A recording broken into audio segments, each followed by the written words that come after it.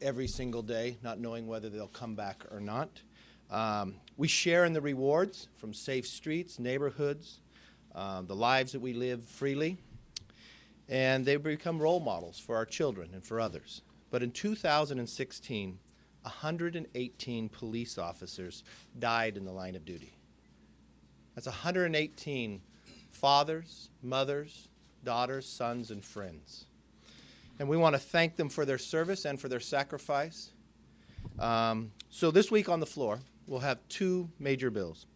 The Probation Officer Protection Act by Dave Reichert, former sheriff, and Thin Blue Line Act by Vern Buchanan. We will also want to make sure our law enforcement have all the tools to be able to work in a modern society as well. So last night we had passed the Strengthening State and Local Cyber Crime Fighting Act to help train law enforcement on cyber attacks. More than 300,000 machines just recently in 150 countries were attacked. Also, if you watch what we'll have on the floor today, Will Hurd's, the IT Modernizing Government. We spend $80 billion a year on IT in government. 80% of that is legacy programs.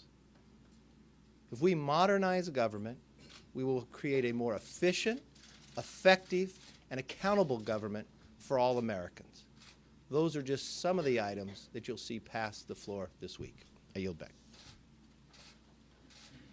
I applaud Chairman Brady in his effort to start the process of tax reform so we can actually lower rates for families, to put more money back in the pockets of hardworking families who know that our taxes are too high already and want to get our economy moving again and actually get growth and bring those companies that have left America back to our country so we can grow our economy here. I think it's important that this week we are recognizing Police Officers Week.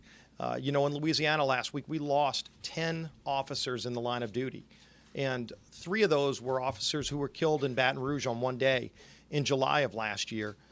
One officer who is still battling from that tragic day is East Baton Rouge Sheriff's Deputy Nick Tullier. I went and visited with Nick Tullier and his family last year as he was battling in the hospital, and he still battles to this day. It's a really tough battle, but he's a tough man and he's got a tough family.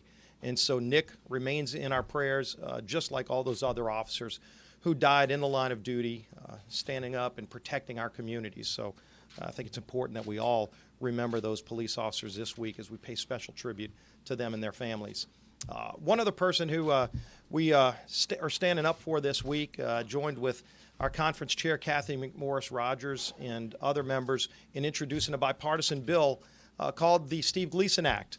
This is a legislation that we passed 2 years ago when Medicare back in 2014 made changes that actually took speech-generating devices away from people who were battling Lou Gehrig's disease and other diseases that are debilitating.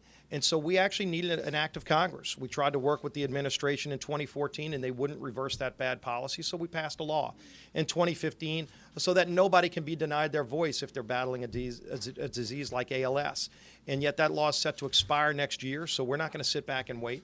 And yesterday I joined with Steve Gleason in New Orleans and holding a press conference to highlight this even more. And I know Chairwoman McMorris Rogers has done the same thing in highlighting the fact that we're not going to let this law expire. We're actually going to stand up for people with ALS. Steve Gleason is a true inspiration to the people in New Orleans and all around the country. His motto is no white flags. And what that means is you never give up. And no matter what your life's limitations might be, you don't let it hold you back from achieving your full potential. And with the Steve Gleason Act renewed permanently, everybody will have a voice, even those who are battling debilitating diseases. All right. Thanks, Steve. Well, as the speaker said, we have a once in a generation opportunity to enact meaningful tax reform. You think about what that means to every person in this country. It's an issue in which we've been working on for months. We've been talking about it for years, and this is our opportunity to get it done. We have the administration, we have the House, we have the Senate, and a president that knows that this is a priority and wants to move it this year. Americans need tax reform. Our system is way too complicated. Something is wrong when hard work is punished in our country. That is not the American way. It's time, you think about all the time, we just finished, tax day was on April 15th, and you think about all the time that Americans spend filling out their taxes. And that is precious time that they could be spending with their families or working on growing their business. That's what we want them to be focused on. American people have been calling for this reform. This week we will have a major hearing on tax reform. I look forward to getting it out of the House, getting it enacted, because this is a way that we grow our economy, create jobs, spur innovation. I also wanted to say thanks to the men and women who serve us in local law enforcement day in and day out around this Capitol and all around this country. And as was mentioned, this is Police Week, and it's important that we take some time to thank them and to reflect on those who have given the ultimate sacrifice. For me, representing Eastern Washington, it's Deputy Sheriff Michael Estes, who gave his life, but we will not ever forget him and his service. Thank you. Questions? Yeah. Ryan, thank you. Do you believe that President Trump may have been trying to influence or intimidate former FBI Director James Comey when, according to this memo, he urged him not to follow through with Yeah, the well- investigation into Michael Flynn? And secondly, do you still have the same level of confidence in President Trump that you had on the inauguration? Look, there's been a lot of reporting lately. I think that requires close examination. Let me tell you what I told our members just this morning. We need the facts. It is obvious there are some people out there who want to harm the president, but we have an obligation to carry out our oversight regardless of which party is in the White House. And that means before rushing to judgment, we get all the pertinent information. The House Oversight and Government Reform Committee has appropriately requested this memo. And I'm sure we're going to want to hear from Mr. Comey about why, if this happens as he allegedly describes, why didn't take action at the time. So there are a lot of unanswered questions. What I told our members is, now is the time to gather all the pertinent information. Our job is to be responsible, sober, and focus only on gathering the facts. That is what Congress does in conducting oversight of the executive branch. So do you want to see Comey testify in an open hearing? I will leave it to the committees that are doing these investigations. Just remember, there's an investigation occurring at the FBI. There's an investigation in the House, and there's an investigation in the Senate. So we've got 3 investigations going on. I'm not going to micromanage or armchair quarterback investigations. But the point is this. We can't deal with speculation and innuendo. And there's clearly a lot of politics being played. Our job is to get the facts and to be sober about doing that. And do you still have the same Yeah. level of confidence in the Speaker, what about president, political Mr. House impact? Speaker? Your members are on the ballot again in 2 years. Do you worry about some of the drip, or some of these controversies having an impact on Republicans? I don't worry about things that are outside of my control. I worry about things that are within our control, and that is whether or not we do what we are elected to do, which is to solve people's problems. That's the other thing I think I'd like to make. I think people in America turn on the TV and they think this is all that's happening. This is all we're doing and all we're discussing. That's just not the case. I want the American people to know that we're busy, hard at work, fixing their problems. You just heard from the chairman of the Ways and Means Committee talking about moving down the path of getting comprehensive tax reform done because we know that's really important to unlocking economic growth and competitiveness for American companies.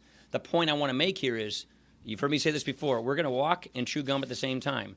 We're going to keep doing our jobs. We're going to keep passing our bills. We're going to keep advancing our reforms that we were elected to advance while we do all these other things that are within our responsibility. And that's what we will be judged in 2018. Did we make people's lives better? Did we solve problems? Did we fix the problems that people are confronting in their daily lives? That, to me, is what matters most, and that is how we will be judged. Do you worry that Yeah. given your ambitious agenda, have you considered or even identified what the point would be where the current trajectory of the White House is simply unsustainable to trying to actually get things done? Look, the last thing I'm going to do is prejudge anything. I'm a person who wants to get the facts. That is our job, to be sober, to be dispassionate, and to get the facts and to do our jobs and follow the facts wherever they may lead.